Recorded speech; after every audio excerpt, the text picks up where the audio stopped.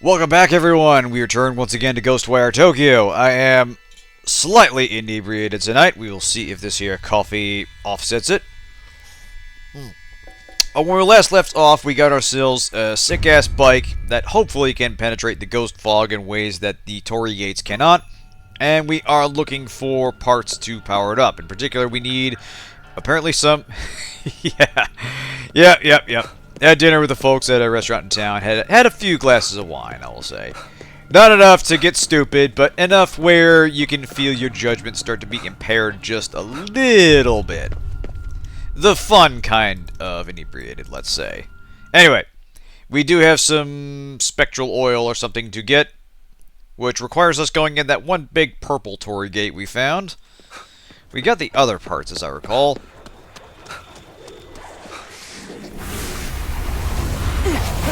It's been a couple weeks. Did have that one off night, so we'll see if I can remember how to play. Yeah, no kidding. Drunkenness would be a convenient explanation, but no, I'm just that dumb on principle. Weird Al style. Dare to be stupid, baby. Now, damn it, we got more street mermaids.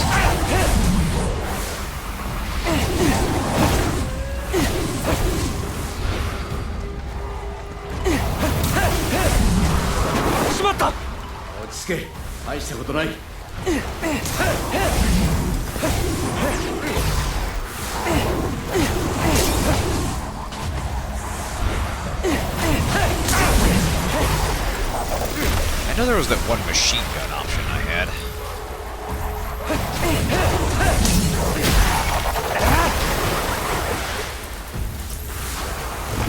Ow! Fuck you, street mermaid. Where are you at?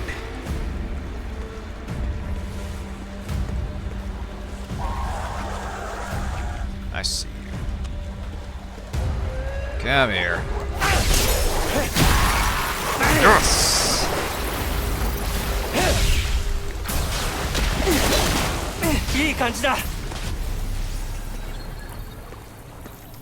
Let me remind myself how that goes. Alright, skills. What was one of these things? Core exposure. Yeah, you know what? Why not? Make that a little bit easier to get. Ethereal dodge. Ooh, dodge in midair. Now we're talking. Let's see. Enhanced stealth. After performing an aerial quick purge, your footsteps will be totally silent. That sounds useful. Fire 3 shots at a time. Alright, that'll do. We'll figure it out.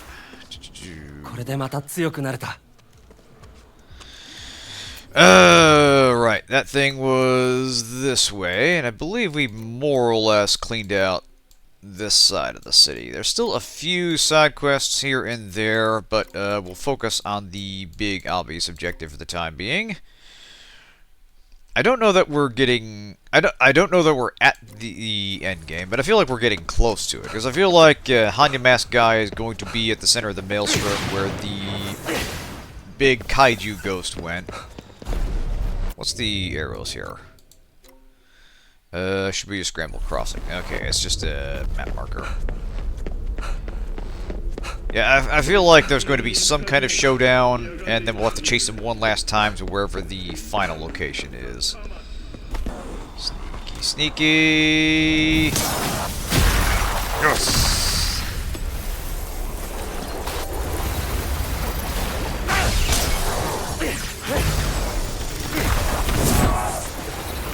You guys are new. You guys are convenience store workers. Who said you had time off?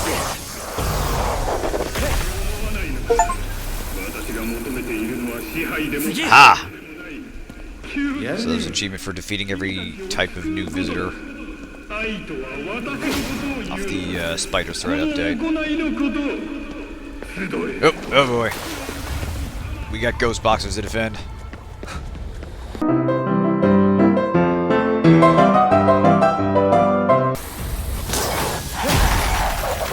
You got a hall pass?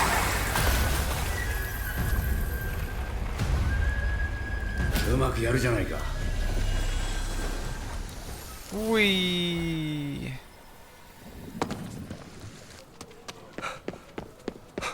Ah, right, right. You were further up. I believe there's a Tengu around here somewhere. Ah, a couple blocks over, of course.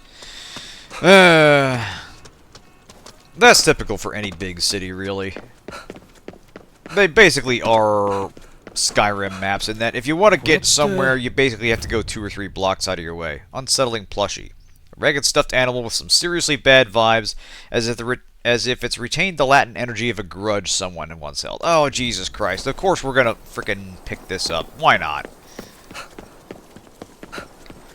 Let's carry every cursed artifact in this city. It's not like our situation can get worse. As we discussed before, a large chunk of getting around in this game is figuring out what targets of opportunity you can get on the way to your objective. Yes. Damn right, give me that money. Alright, now, the gate is there. I believe we jump across over here. Yes. And this way over here. We might just be able to... Wait, no, there's a ladder over there.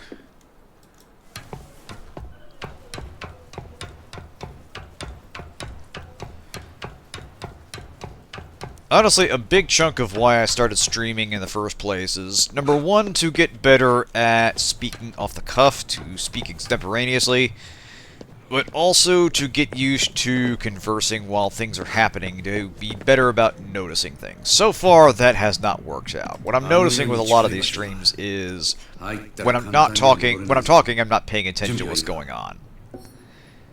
That's something you have to kind of consciously train your mind to get used to. Anyway, to the other world, we're going to raid their fantasy equivalent of the auto zone, get some oil, and juice up the bike. Exactly, yeah. Which want to meet in the afterlife?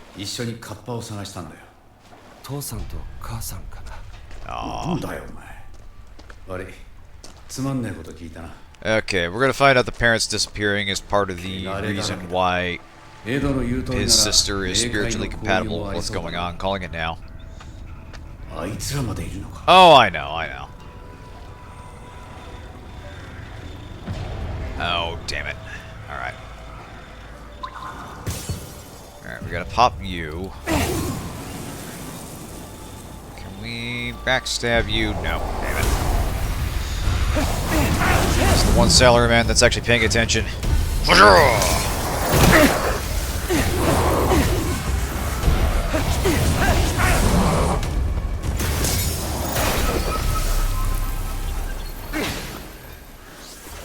Alrighty-roo. Ooh, damn, there's a lot of money jars here. Gimme, gimme, gimme! Yes!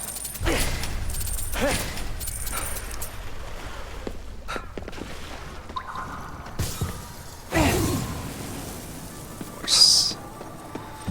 I'll take those free arrows. A lot of breakables here. There's almost certainly going to be a slugfest of some sort. Glad I saved the wherein.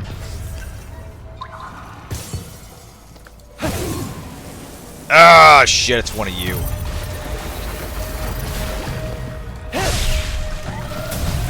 Shit.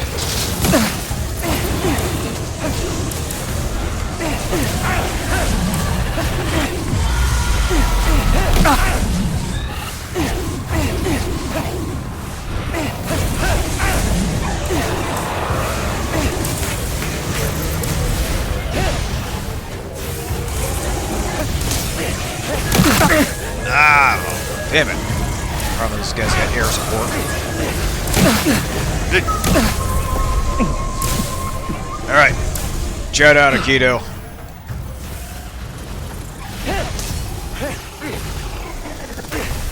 Beautiful, beautiful.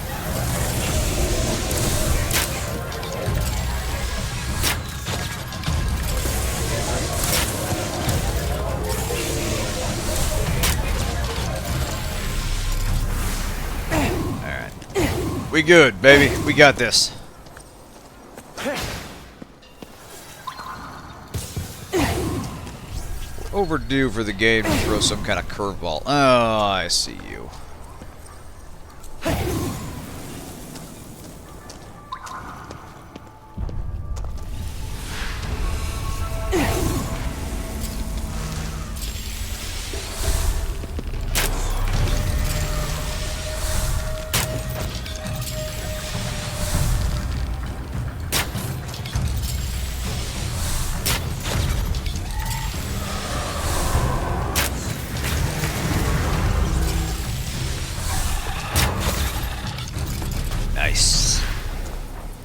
It's honestly not that hard to hit headshots with the bow if you're firing up close. The arc is a little bit hard to predict. It doesn't fall off as quickly as you'd think, but when it does, it starts to drop off rapidly. It's like there's a ideal range that's kind of mid-range to use it at. And kind of like short to mid-range, and then at long range, that's when you start having to plan the arc, per se.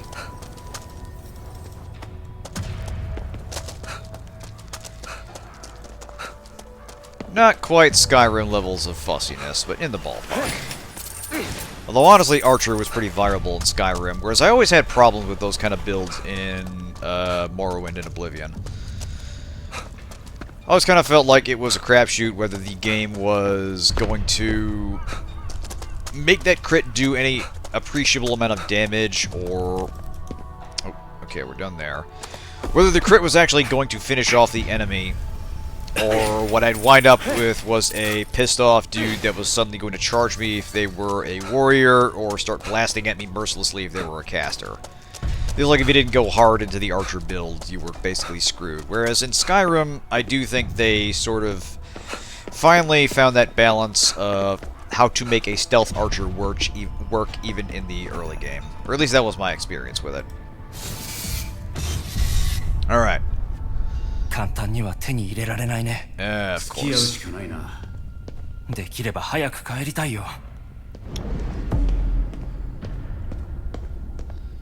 Alright, now what do we got here? More trippy ghost hallways. Oh boy, are we gonna have a boss? Why do I feel like I'm gonna drop down and something's gonna drop down and I have to fight it? Yeah, this is so a boss one. Wait for it, wait for it. Oh boy, it's yet one of the big ones.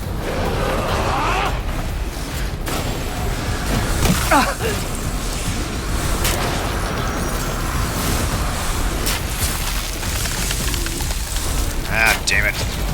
Snow Maiden.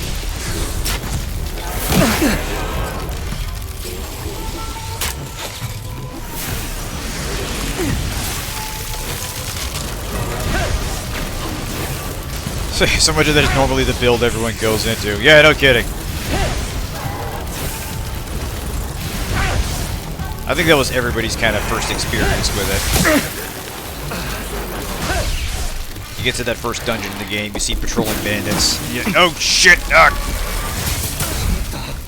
Oh damn it! No! Okay. Oh.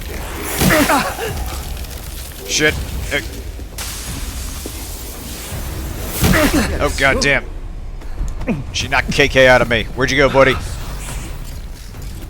Oh wait, no, we got together. Alright, good. Woohoo! Alright. So not just the Kuchisake-sama can do it, anybody can do it. That's a problem.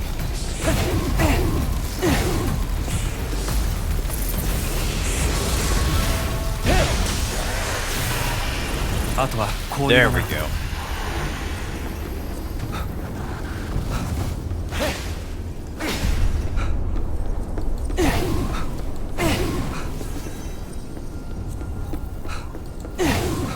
On the subject of Skyrim, the obligatory, where's Elder Scrolls 6, Todd?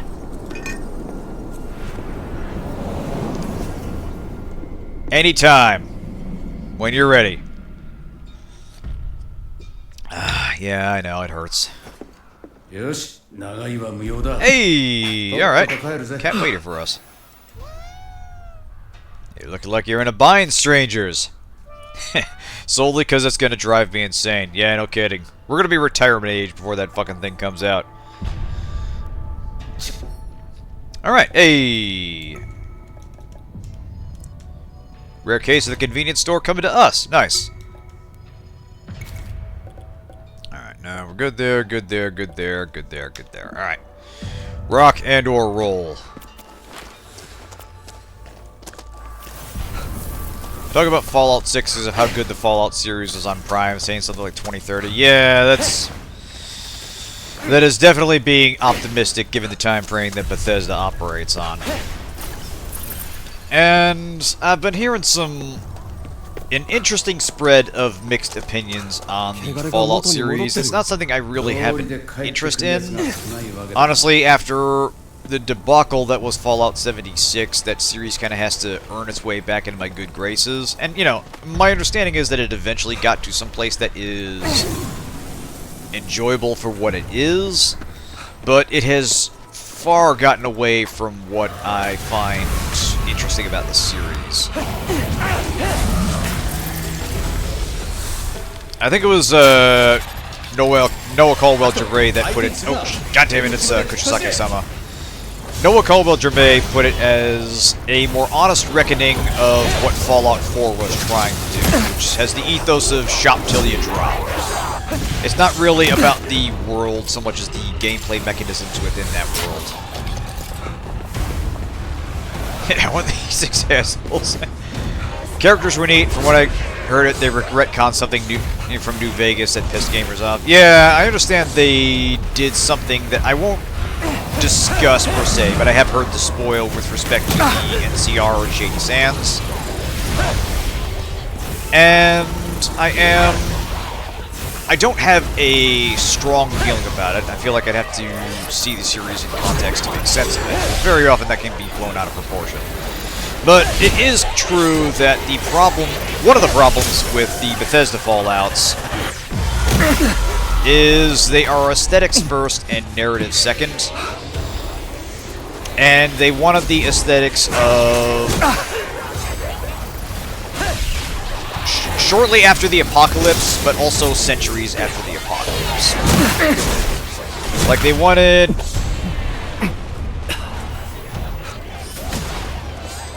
the bombed-out buildings everywhere, they wanted super mutants, they wanted the Brotherhood of Steel, but they also wanted to set it on the East Coast, where they had their own setting, and that's all well and good. But a big problem with Fallout 3 is they didn't always work to earn it. Like, my understanding is Fallout 3 originally was meant to take place 40 years after the bombs fell and not 200 years. And the 40 years would make more sense. And you actually still have lines in the game that sort of reflect this. Like, there's one character that mentions how Rivet City was founded by remnants of the naval industry. There's some institution of government, like the Naval Research Institute. And it makes way more sense if that happened only a few decades after the nuclear war rather than 200 years. Now, it's not some unpardonable sin, but it's a sign that the game was putting the feel of a setting first and less concerned about the logical consistency. They completely retconned New Vegas happening. Hey, Ivory, good to see you. Yeah. That's the thing. I started talking Skyrim for Archer builds, then we started about Elder Scrolls 6, which will probably never happen within our lifetimes. I don't know. But yeah, Fallout's an interesting case where I still have respect for the brand, and I would still be interested if they put out a Fallout 6, or actually Fallout 5 at this point. 76 is kind of its own mutant experiment, but I don't know that I would trust Bethesda alone to do it. I feel like at this point, if you wanted to do something interesting with a franchise, something that wasn't just another retread of the same setting and the same basic plot developments, you would basically have to have another studio with creative control.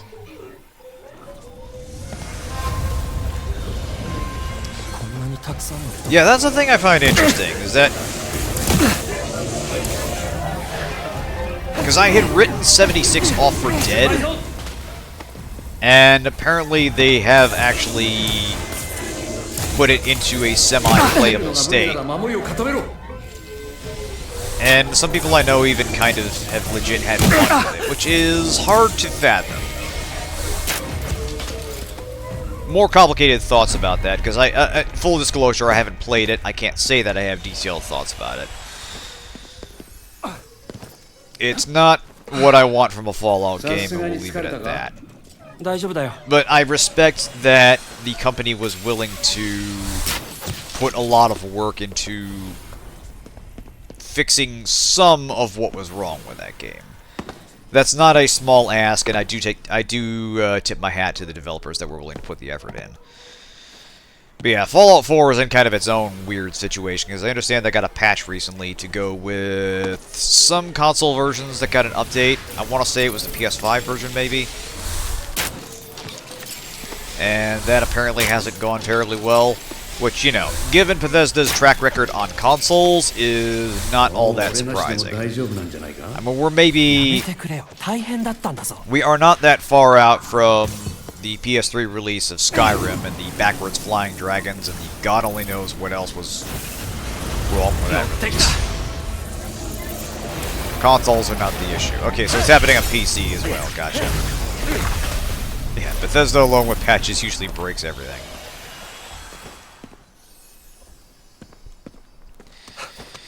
Yeah, I think there's something to be said for the fact that a generation ago, a few console generations ago, Bethesda had some leeway that they don't currently now, where the style of game they were making was relatively novel, and it was not necessarily a niche they had to themselves, but was something that not a lot of other people were doing. And now that there's so much competition in that space, there's so many other open world games, they don't have the benefit of the doubt that they once did. The update broke the game, and game modding. Oh, fuck. Okay, that I had not heard. If that straight up busted modding on Fallout 4, that's fucking done.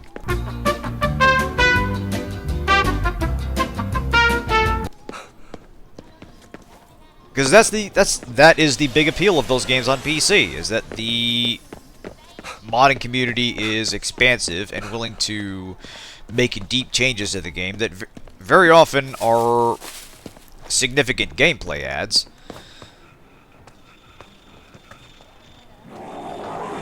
Some of which should have been in the game in the first place, the developers simply didn't have the time or the interest in. But if that's not an option, that is a huge problem. That sucks.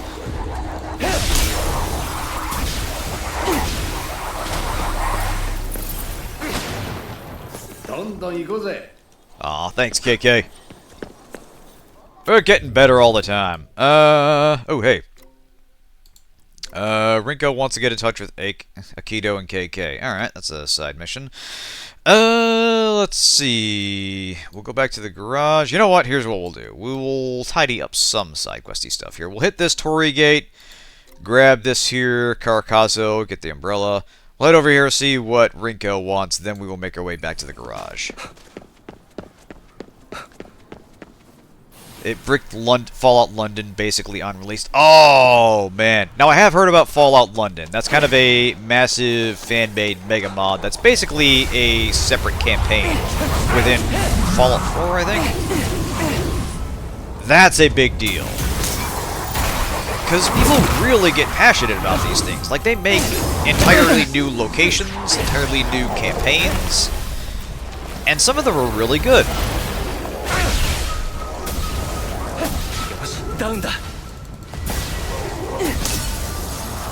So if they're busting things of that caliber, that's a huge problem. Yeah, that's what worked, alright.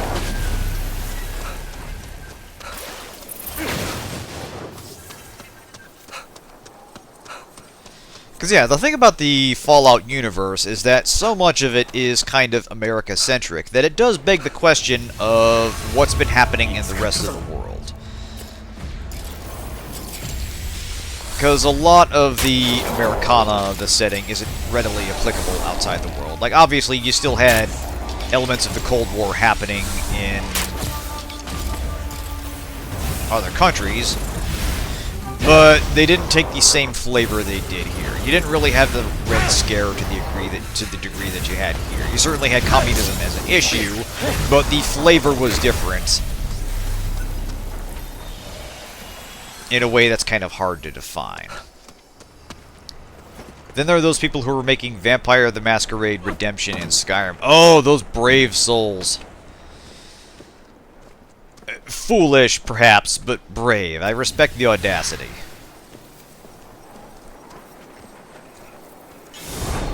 And I do feel like there are... Oh, God fucking... It's that damn umbrella thing. Alright, I think we're gonna have to clear this out. They're right there by the gate. This goddamn thing. Case of Europe, you have to question how the apocalypse turned out in a place where you cannot punch through building walls with your fist. Yeah, no kidding. Because, yeah, everybody had some variant of a nuclear scare. But I'd argue that America's geographical isolation kind of changed the calculus and made it something that you could speculate about at lower stakes. Like, certainly there were things to worry about. But it's not like the US was in danger of a ground invasion by the Soviets, whereas that was a very real fear for Eastern Bloc countries and people that either were ultimately absorbed by the USSR or were in danger of being doing so. And that, I think that kind of is borne out in the fact that in the Fallout verse, the big concern was China more than Russia. You don't really hear a lot about what happened in the Soviet space in the Fallout universe, because there's a notable divergence actually early on, I think in the post-World War II era. I forget the exact details of it, but the US, as it is in the 1990s US, which is the time the game was made, is not the same as it is in the Fallout universe.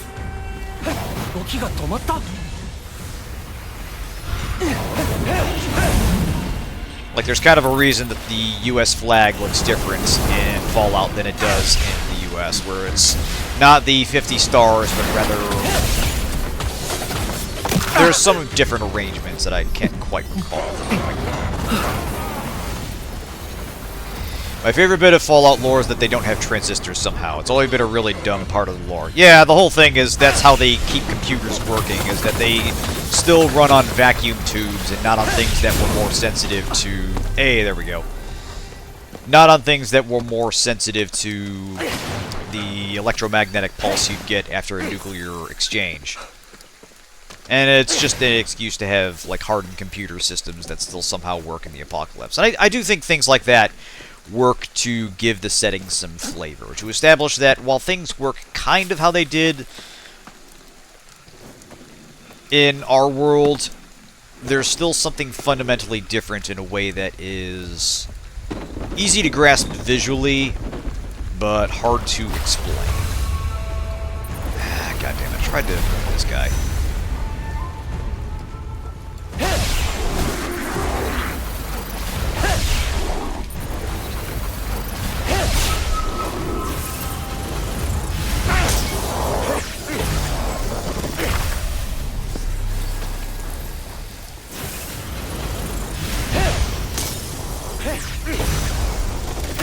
One thing that surprised me about the Fallout, and specifically the old Fallouts, is kind of how much that the original games have quietly built this really extensive fan community, especially outside the US. Like, there's this YouTuber, Warlocracy, I might have talked about from time to time. Let me take a look at this. A hopeful offering. Check it out. I'm putting in 5,000 yen today. That's got to buy me some luck. No way he's going to turn me down now. But yeah, Warlocracy covers a lot of giant fan megamods for Fallout 1 and 2 that are essentially whole new campaigns, and they often take some interesting spin on the original setting and kind of create their own thing. Like, there's this one called Fallout Olympus, which takes some of the post-apocalyptic stylings, but makes a lot of significant visual changes, and makes it around this central tower arcology that you are outcast from and then have to fight your way back into. And does some interesting things with the power armor and the overall setting, so it's not one-to-run recognizable. You don't have the Brotherhood of Steel, you don't have super mutants per se, although you do have a lot of the original sprite work. Unhinged Russian Fallout 1 and 2 mods, exactly, yeah. It fascinates me how long a tail those games have had outside the US. And I do want to give one of those a try. I actually did try playing Fallout Resurrection a lifetime ago. I never did finish it. And like he points out, there is a difference in scope with fan projects, where they'll very often focus on density of detail, especially in the early locations, that the original games didn't have. there's more content per square inch. Oh, I see you. Than you would expect. Which, you know, is typically the case with fan projects. Because you're working with people that are essentially doing it in their spare time, and it becomes a passion thing they work on. I respect that, I do. It can make it a little more annoyingly dense to get through.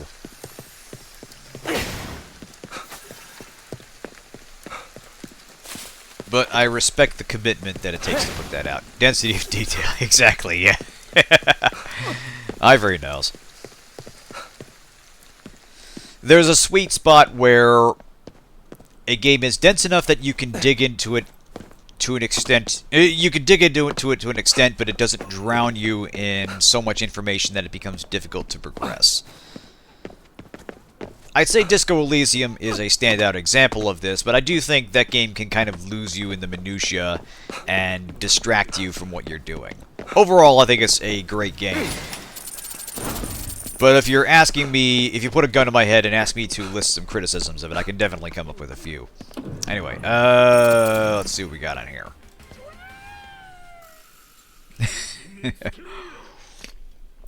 Ozlittle also managed to crash both the Warcraft WC3 engine. I'm assuming WC3 is Warcraft, and Neverwinter Nights editors by placing too many objects down. Yeah, you can kind of tell when a game is. You can tell when a game editor is more powerful. You can tell when it gives you the tools to crash it. Basically, it gives you the ability to do more with it than the engine can actually handle. You saw that a lot in Duke Nukem 3D engine, in Duke Nukem 3D stuff, and you know, other build engine stuff. What do we got here? One for a shopping arcade. Need to walk through the shopping arcade to get home, but the tapper comes out when people walk here alone at night. The tapper? Oh boy. An invisible creature that walks around leaving footprints. No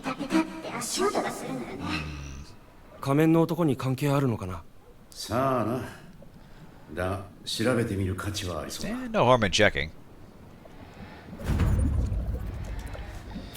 It's right down the street. Let's take a look.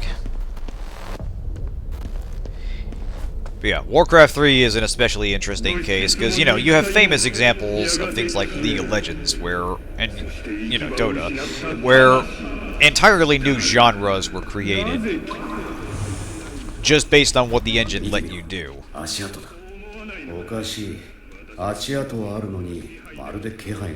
And while they put the engine to good use in the campaign, there was a lot of potential that was essentially unrealized until other people took the ball and went with it. Of course, you know, that series has been mired in the hell that is World of Warcraft for decades now. Yeah, it's still a great platform for modding. Yeah, I do miss the original simplicity, tactical depth, and narrative simplicity of the original Warcraft games. There's something to that I think remains fascinating. Although I did enjoy Warcraft 3 for what it was, there was clear that there was a narrative focus that was driving the game that I'm not going to say limited, but let's say affected the types of missions it was going to come up with.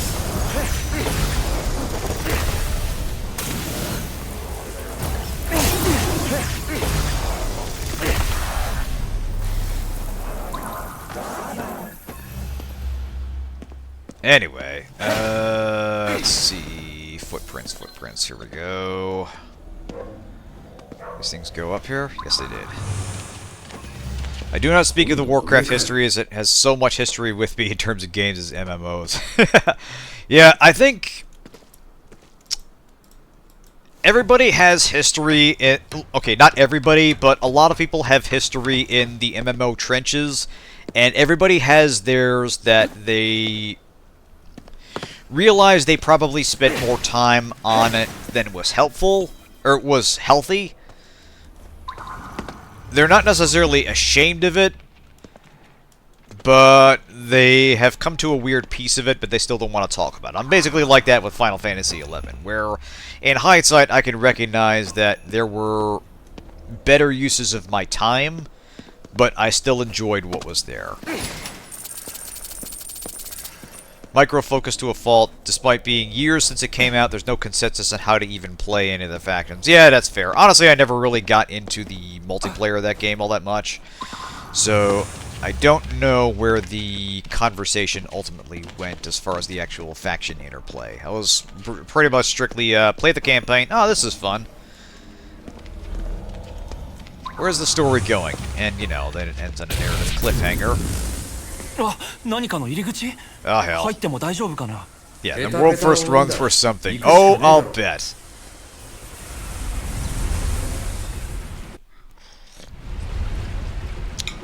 Like, I think even if a game is victim to early MMO design and isn't all that fun to play, you still often have communities that get into... You still often have communities that build something fun out of the experience. Like, I had some friends in college that actually got a lot of mileage out of the Matrix Online, which is, by all objective measures, just not a terribly fun experience. Certainly not something you'd expect to play for enjoyment, to, you know, replicate the feeling of being someone that sees the Matrix for what it is. And yet, the community and the interplay between the mods when they ran some events or something apparently was actually pretty fun.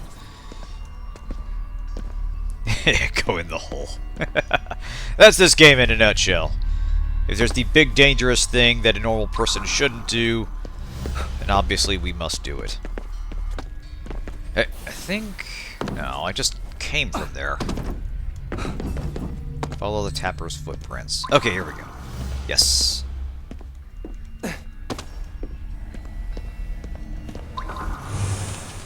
Mention WC3 rebaked beans and how wonderfully that went. Ooh, I'm not actually familiar with that. Oh, are we talking like the quote-unquote official remake of it, where they trailer promised a degree of cutscene fidelity that the actual game reforged, that's it, yeah, that the actual game did not deliver on? Yes, that I am a little familiar with. I didn't play it myself, but I am familiar with the fact that it was quite a bit less than advertised. Which, you know, at this point in their hello, what do we got here? At this point, Blizzard has to pay in cash, basically.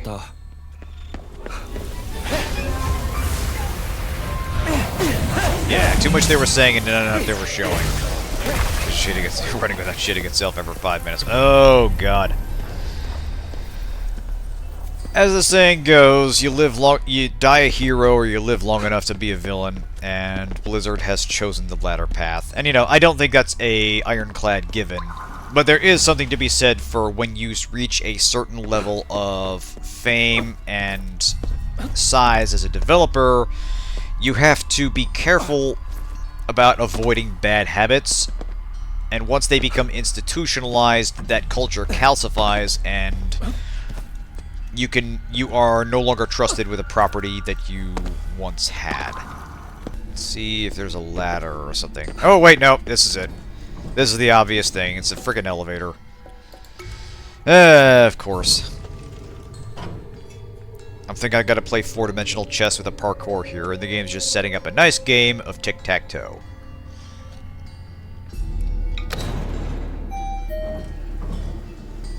Game since Overwatch and the debacle what that was they did in the room. Oh, Jesus Christ. Yeah, Overwatch is its own nasty subject.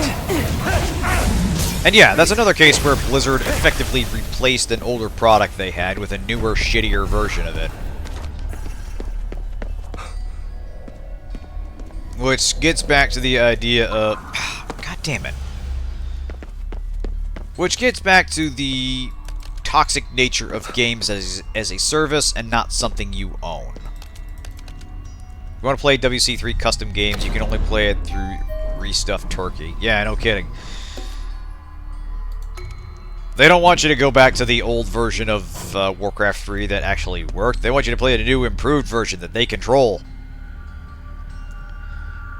More so talking about their controversy of what they did in those rooms and to women in general. Oh god, that's its... Yeah, that's its own... God, yeah, that's its own toxic bullshit to wade through, which I am in no way equipped to discuss, but is indicative of their broader business practices, that this is what they thought was acceptable, or at least tolerable. Yeah. No. That country can... That company can burn for all I care. Breast milk doesn't even taste good. God. It's... How hard is it to just be a functional, sane human being that is not a piece of shit to people? How is that difficult, really? You wouldn't think it would be, yet they fail. So many people in positions of leadership just fail at it to a spectacular degree. So it would seem. Okay, I gotta jump somewhere, but where?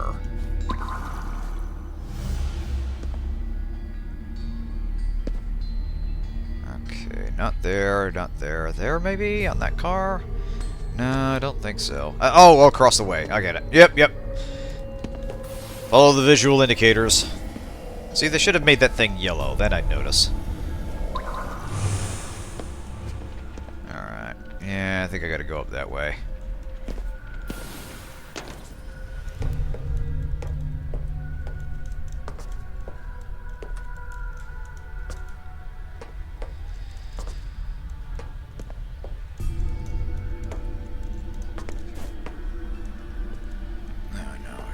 There. Okay.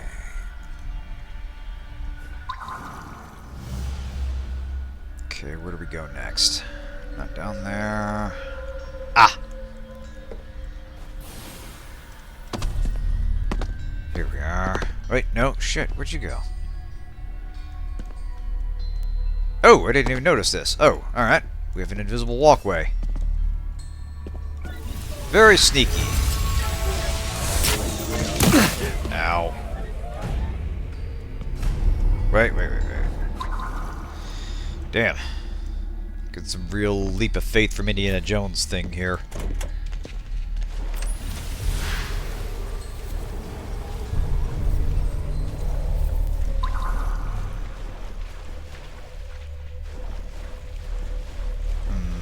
What's this? この子抜け殻みたい。ペタペタはこの子に用があるみたいだね。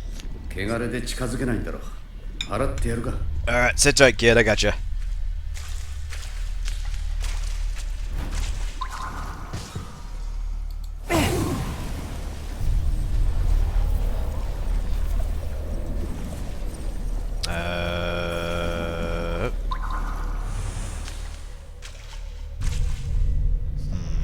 I don't like where this is going. 一つになった? What? Back to my own body, huh? お前ペタペタか? そう呼ばれてたみたいだけど、僕は自分の体に戻りたかっただけなの。Alright. あの穴に体を吸い込まれてからずっと探してた。Alright, this is a direction I wasn't expecting. やっと見つけたんだけど、近づけなくて。俺もヤドカリ状態だからな。気持ちはわかるぜ。おじさんも早く戻れるといいね。We're working on it, kiddo.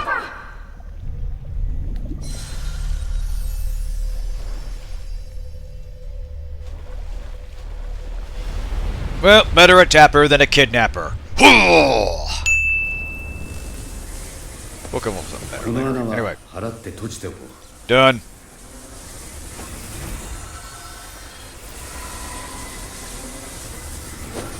Kind of funny that Stellar Blade decided a brave and bold move to replace White Paint Man and Yellow Paint Man with Orange Paint Man. Oh yeah, fantastic. There's another game that is definitely informed by sound development practices and good business, and not people chasing the algorithm. That's another game I honestly keep forgetting exists, and every time I hear something about it, I feel like... Oh, of course, it's a shit show. Why wouldn't it be? Anyway, let's go over here. Let's fast travel. Alright, here we go. Bad game, very good action game. The medium they chose definitely doesn't jive in 2024. Yeah, that's the thing. I've heard it's at best tolerable, but nothing impressive. And everything around that game just sounds gnarly as hell. Let's see. Am I equipped with the archery beads? I feel like I should be. Yes, perfect. Yeah, I'm sure it did decently. What's this? 最近のラーメンはついていけねえよ。ここのラーメンはそういう人が多い But から I've yet to talk to anybody that played it and has said anything better than, it's alright. And I'm sure it has its player base. But, you know. Again, it comes down to the community often building around it regardless of the game. Kind of like Fallout 76. そこも何かあった時には向かうように決めていた場所よ。エドとは合流できなかったけど、あの子が言った可能性はある。わかりました。調べてみます。頼むわ。場所は429の屋上よ。Alright, so we got another meeting point, so something else is going on. You know what, I might as well turn the Katashiro in.